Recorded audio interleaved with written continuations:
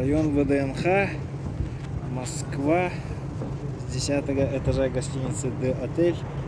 Вот церковь, кладбище. Там видна стела космонавтов. И там дальше виден вход в ВДНХ. Вот, и кругом старые московские дома.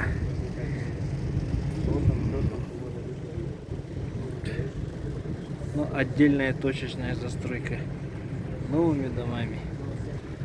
Вот, и там вдалеке видны башенки. И вот это коричневое здание, это гостиница «Космос». Недалеко от космоса.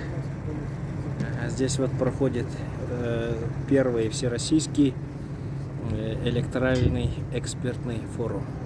Вот я участвую от республики Саха-Якутия. В перерыве съемки с балкона.